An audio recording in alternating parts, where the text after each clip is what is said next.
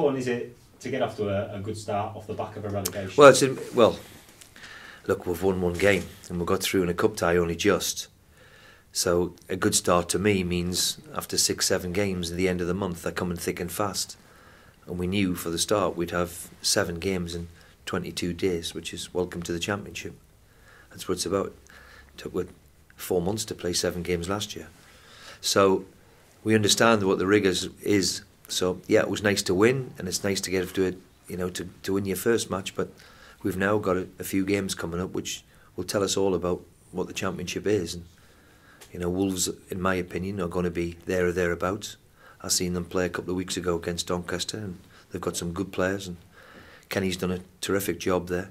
So it'll be a big game and a difficult game, but one we'll look forward to. Do you think other clubs will look at Hull City, having come down from the Premier League, as a scout this season? Yeah, of course. I mean, we've got to accept that. When it's going to be a role reversal, if you like, from last year, where you put the emphasis on a lot of clubs in the bottom half of the table. Put the emphasis on, obviously, of trying to stay in the Premier League.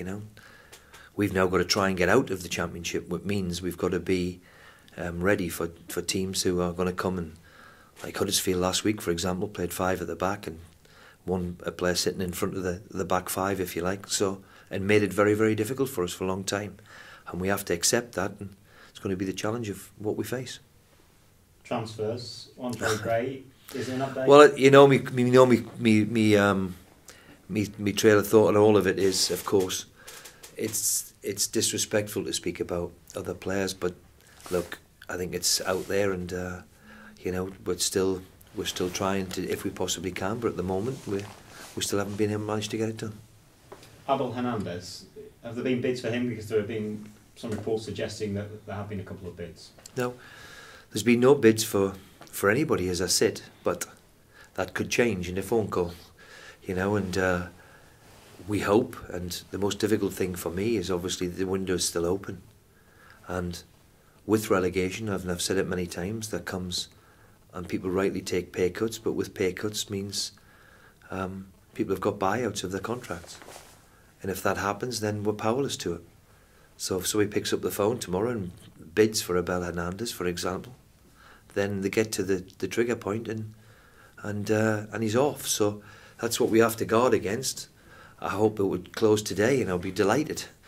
But somehow I feel in my bones that there's still 3 weeks to go, and we've still got to be ready and try to do some planning if we can, because it might just happen in the next 24, 48 hours. I'm not just talking about Abel, it could happen to 4 or 5 or 6 of the players we've got here. There's a suggestion that Torino would like him on loan. Is that There's no consider? Why would I take any benefit of loaning him to Torino? No disrespect, but I've never heard so much nonsense. At the end of the day, we're record signing here, and he's got something to prove too, Abel, and it's a big season for him. He's found it difficult. There's no question about that, but he's come back in pre-season. It's a shame that he's not involved, because everything what we've seen him in pre-season has looked very, very good. So I hope that continues. And as I said, all this nonsense that we're going to loan him is the biggest load of dross. But people keep spurring it out there, and agents play this stupid game. We're not going to loan him. That's ridiculous. No chance. For the last few weeks, there's been a bit of speculation regarding Sean Maloney. Is he one that's on your radar? Well, there's another one where we've had a conversation about, and of course it gets out in the media. It's something we're looking into, whether it's possible. I'm not too quite sure yet. And Jake Livermore, I know there's not a lot you can say on it, but is there anything at all you can update us on? Well, there's not really, because obviously, the hearing's been set. We all know that now, and there was media reports yesterday, and really, I think we've just got to let the hearing take place, and let's see what obviously Jake's punishment is.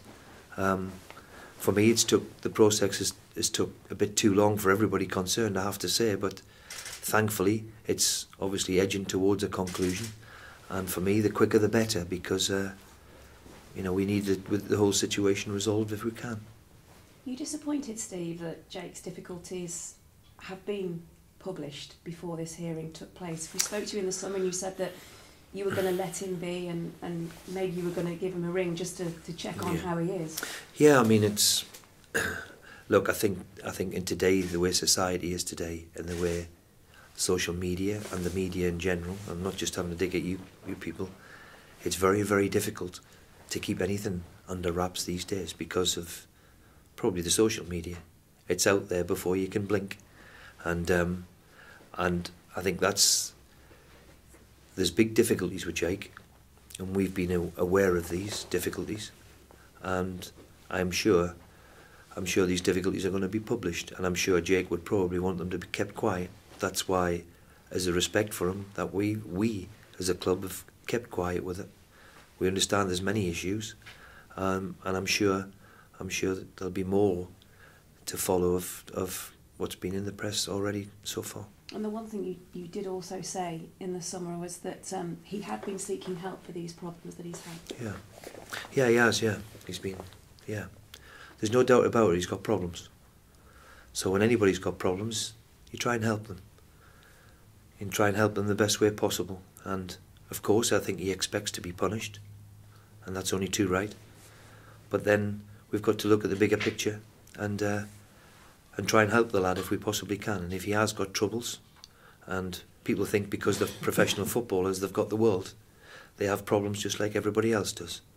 And unfortunately with Jake, he's had them problems and didn't seek probably the help that he needed at the time. And just if you can, with Sean Maloney, there was reports in Chicago that you'd had improved, an approved offer in. That's true. Do you put? You said last week when we spoke to you that you thought you might have a bit of a fight on your hands. Is there a timescale you've put on? Well, they played in a semi-final last night, and unfortunately they lost. So I don't know whether that's a good thing or a bad thing. Really, it's their play and it's their prerogative, and he's contracted to them. All we can try and do is reach an agreement with Chicago if we possibly can. At the moment, it's a bit of a stalemate.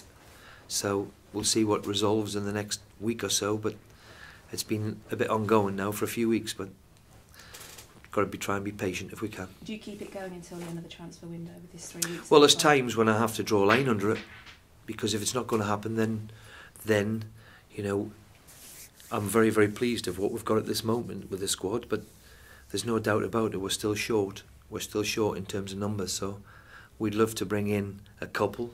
And obviously, if we lose a couple, then we might need to bring in a couple more. But at the moment, it's an awful waiting game, which is not easy, because we're not in control.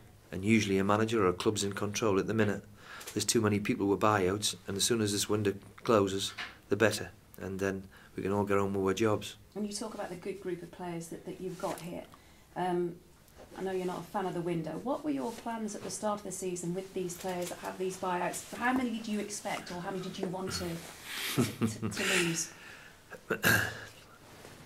Well, I think we've let something with the people who were out of contract, and now people who have left. There's something like 12 or 13 have gone. That's a big chunk. And the other night, for example, you know, we were playing last year in Europe. We've effectively got 2 squads, and now we're down to, no disrespect to the kids who've done terrific, 3 of them are sitting on the bench for our first game of the season because we've got 2 or 3 injuries still to Snodgrass and Diarmi and Alex. So it's been very, very difficult because we've just been waiting most of the summer to see what's going to happen. So we can't just have to say, well, we'll price everybody out the market, because you can't. So, you know, the agents have been hawking the players around everywhere, and we have to accept that. That's what goes on, and we're not naive enough to think that it's happening. We just hope that there's no more, but there's something inside me thinks there will be. And on Wolves, just finally, I mean, you've had a good start. Wolves were so close, weren't they, to possibly reach. I think the playoffs these could be. It's always a good place to go, Molineux. I think it's a terrific football club, isn't it? You know, big support, big huge tradition, big history, and shows how difficult it is. A club like that got itself into problems a couple of years ago after being in the Premier League. So we know how difficult it is and how difficult the game will be. And I've seen them, and for me, they've got as good as anybody in the league in the 2 strikers. The boy from Arsenal was the top goal scorer in England last year. He scored more goals as much as probably Aguero, I would have thought, you know, an English one, and he scored 19 for MK Dons or whatever it was, and 13 for 14 for Wolves, and he started off this year very well too. So they're going to be a threat. I would expect a big crowd. It'll be a good game for us, and I'll tell you how difficult this championship is. Would that be the first real test that you would have this season? Well, I thought Huddersfield was a test in its own way because how they set up against us. They made it very difficult. They didn't really. They sat deep, and I don't think Wolves will. I think their support will force them forward. So, and as I said, they've played with 2 strikers. I would envisage that they're going to do that again. I don't think Kenny's going to change, so it'll be a difficult game.